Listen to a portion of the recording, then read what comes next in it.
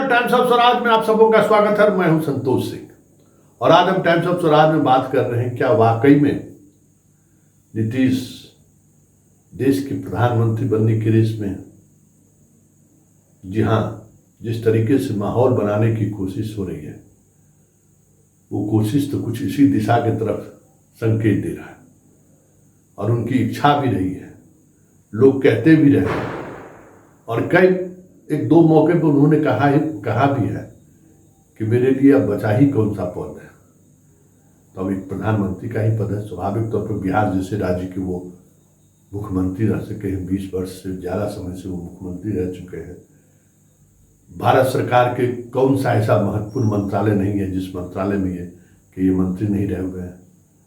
मतलब इनके पास parliamentary democracy का जो अनुभव है वो अपार अनुभव है। एटपार अगल बगल में अगर बात करें तो बहुत कम लोग आप बचे होंगे जो इस तरीके के अनुभव रखने वाले लोग हैं। ऐसे में टीम इंडिया के गठन के बाद भले ही इन सवालों को से नीतीश बचते रहे, लेकिन एक बार फिर से चर्चा शुरू हो गई। क्या वाकई में प्रधानमंत्री पद को लेकर नीतीश सचेष्ट है या तैयारी कुछ इसी तरीके की चल रही है?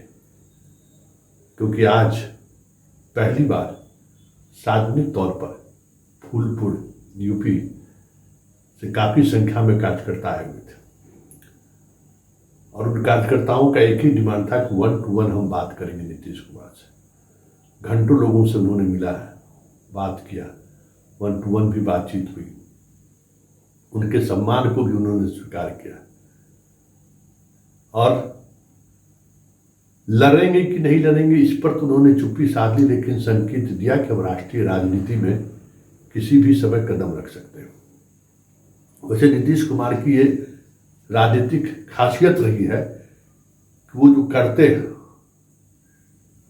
उसकी रणनीति काफी लंबे समय से वो उस पर काम करते हैं। क्योंकि याद होगा आपको एकमात्र राज्यसभा सीट पर जब भेजने की बारी आई तो कई तरह के अटकलें लगाई जा रही थी। आरसीपी जैसे लोग उस एक सीट के उम्मीदवार थे, लेकिन आरसीपी को उन्होंने टिकट नहीं दिया। टिकट दिया झारखंड के एक ऐसे व्यक्ति का जिनका कोई राजनीतिक वजूद उस तरीके का बिहार की राजनीति में नहीं रही है। और उस दौर में वो ये कहते हुए उन्होंने टिकट दिया था कि झारखंड के ये हमारे पुराने साथी हैं, लेकिन नहीं, वो मिशन 2024 का एक घोड़ा का जो 2.5 घर का चाल होता वो चाल था। उस समय लोग समझ नहीं पाए थे। मतलब यूपी, बिहार और झारखंड, इन 3 राज्यों को मिला दें तो कुर्मी की संख्या इतनी है कि वो दावेदारी पेश कर सकते हैं। क्योंकि बिहार में उतनी आबादी नहीं है। बिहार में तो ले दे के एक नालंदा लोकसभा क्षेत्र है जहां कुर्मी चुनाव जीतते रहे हैं और उनकी दावेदारी भी है। लेकिन झारखंड के 5-6 सीट, यूपी के 13-14 सीट ऐसे सीट है जिन पर कुर्मी के वोट का मतलब है। और फूलपुर तमाम कंस्टिट्यूएंसीज की अगर बात कर ले, नालंदा और गिरिडीह और फूलपुर की अगर बात कर ले तो फूलपुर का अपना ऐतिहासिक महत्व भी है। जवाहरलाल नेहरू वहाँ से चुनाव कई बार जीत चुके हैं, बीपी सिंह वहाँ से चुनाव जीत चुके हैं। मतलब देश के जो प्रधानमंत्री बने हैं उन प्रधानमंत्री में 2 ऐसे प्रधानमंत्री हैं जो फूलपुर का से प्रतिनिधित्व कर चुके हैं। और फूलपुर में जिस तरीके का कॉम्बिनेशन है, समाजवादियों का वो धरती रहा है, लोहिया की कर्मभूमि रही है, एक अलग मिजाज का वो कंस्टिट्यूएंसी रहा है। भले ही जवाहरलाल नेहरू वहाँ से चुनाव जीतते हों, बीपी सिंह चुनाव जीते हों, लेकिन 90 के दशक के बाद वहाँ हमेशा कुर्मी ही सांसद रहा है, ये भी एक सत्य है। तो कई तरह के कॉम्बिनेशन की अगर हम बात करें तो कुर्मी, यादव, मुसलमान और वहाँ जो एक बाहुबली राजपूत को इन्होंने शामिल किया है पहले ही। देखिए, ये इसलिए कहते हैं कि इनकी सोच बहुत पहले की होती है। करना क्या है वो 6 महीना पहले तय कर देते हैं। तो एक बाहुबली को उन्होंने शामिल किया है जिसका प्रभाव क्षेत्र वो है। फिर बिहार में कई वाइस चांसलर यूपी के बनाए गए हैं। अभी भागलपुर एग्रीकल्चर यूनिवर्सिटी के वाइस चांसलर हैं। इनके जो कृषि सलाहकार हैं मंगला राय, वो भी यूपी के हैं। ये सारे लोग ऐसे हैं। और उसके बाद लगभग 10-12 हजार बच्चे यूपी के बिहार में नौकरी भी पाए हैं। तो यूपी में एक माहौल भी बिहार को लेकर बहुत ही सकारात्मक है कि बिहार में भी लोग यूपी के बच्चों को वो नौकरी दे रहे हैं। तो ये सारी चीजें ऐसी हैं जिनके सहारे नीतीश कुमार पीएम पद की दावेदारी पेश करते हुए दिख रहे हैं। इसमें अब कोई दो मत नहीं है कि ये सारी रणनीति उसी तरफ इशारा कर रहा है कि सिर्फ बिहार का मसला नहीं है, झारखंड और यूपी के सहारे वो मजबूती के साथ अपनी दावेदारी पेश करना चाहते हैं। ये आज के इस मुलाकात के बाद जिस तरीके से नारा लगाते हुए लोग मुख्यमंत्री आवास से निकल रहे थे, कमोबेश संकेत वही था। जरा देखिए उत्साह फूलपुर के लोगों का, मिजाज और क्या कह रहे हैं और उसका अंदाज क्या है, जरा पहले। जिंदाबाद जिंदाबाद जिंदाबाद, उत्तर प्रदेश कभी जिंदाबाद जिंदाबाद, और बुलवा रहे हैं जिंदाबाद जिंदाबाद जिंदाबाद। देश का पीएम कैसा हो, नीतीश कुमार कैसा हो, देश का पीएम कैसा हो, नीतीश कुमार कैसा हो, देश पुरुष नीतीश कुमार जिंदाबाद जिंदाबाद, देश पुरुष नीतीश कुमार जिंदाबाद जिंदाबाद। देश का प्रधानमंत्री कैसा हो, नीतीश कुमार कैसा हो, विकास पुरुष नीतीश कुमार जिंदाबाद जिंदाबाद। कि फूलपुर ऐसा लोकसभा क्षेत्र है जहां से 4-5 पीएम दिए हैं और आने वाले 2024 के चुनाव में हम लोग चाहते हैं कि माननीय नीतीश कुमार जी फूलपुर से लड़ें और भावी पीएम बने। 2024 में हम लोग उनको पीएम बनते हुए देखना चाहते हैं। पूरा उत्तर प्रदेश उनको डिमांड कर रहा है और केंद्र का रास्ता उत्तर प्रदेश से होके ही जाता है।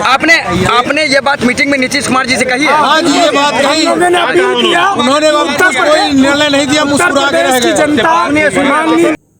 तो आपने सुना, अंदाज भी देखा, चेहरे पर चमक भी देखी।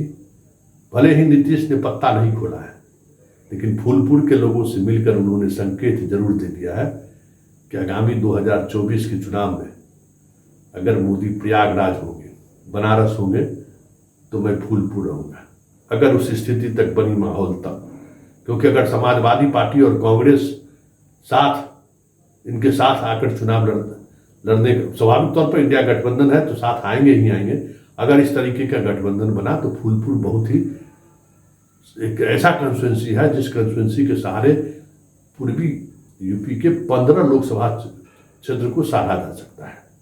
और बनारस और फूलपुर दोनों आसपास ही हैं, दोनों एक दूसरे के चुनाव को प्रभावित कर सकते हैं। तो माहौल दिल्ली से पहले ही यूपी में बन जाएगा अगर ये फूलपुर से लड़ने की बात कबूल कर लेते हैं तो। वैसे आज की इस एपिसोड के बाद ये लगने लगा है, क्योंकि इस दौरान जितने लोग मुख्यमंत्री आवास पर मौजूद थे वो सारे लोग गंभीरता से इन चीज़ों को देख रहे थे। तस्वीर को गंभीरता से जारी किया जाता है। और एक और बात जो समझने की जरूरत है कि मीडिया में नीतीश कुमार फूलपुर से चुनाव लड़ सकते हैं, इस खबर को भी अगर कहीं से प्लांट किया गया तो वो ललन सिंह का आवाज था। ललन सिंह के आवाज से ही आज से कई महीने पहले ये खबर प्लांट की गई थी और उन्होंने ही इस खबर को आगे बढ़ाने के लिए अपने जो उनके मीडिया के सर्किल के जो लोग हैं उनको उन्होंने एक क्लू देते हुए चीज़ों को आगे बढ़ाने का सलाह दिया था।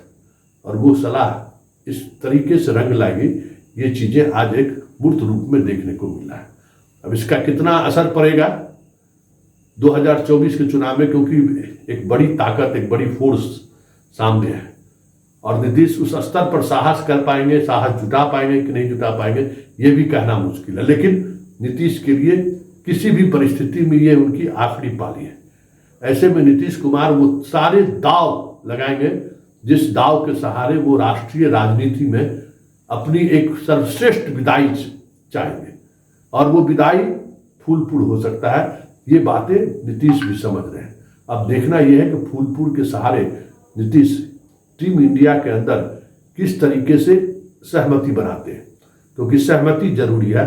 वैसे अखिलेश यादव भी उनके फूलपुर के नाम पर काफी उत्साहित और मुस्कुराते हुए दिखे थे जब उनसे भी मीडिया वालों ने सवाल किया था। वैसे आजकल अखिलेश यादव देश के पीएम का बैनर पोस्टर लगाया जा रहा है यूपी में, लेकिन अखिलेश के लिए भी नीतीश जरूरी है, क्योंकि नीतीश अगर वहां कामयाब हुए तो जो कुर्मी, यादव, मुसलमान और अन्य का जो कॉम्बिनेशन है, अति पिछड़ों का जो कॉम्बिनेशन है, वो कॉम्बिनेशन अखिलेश को भी मजबूती प्रदान कर सकता है। देखिए आगे आगे होता है क्या राजनीति है, लेकिन इतनी तय है कि आज जो कुछ भी हुआ है उसके बाद ये कहा जा सकता है कि 2024 को लेकर नीतीश कितने गंभीर हैं और किस तरीके से वो बिसात बिछा रहे हैं।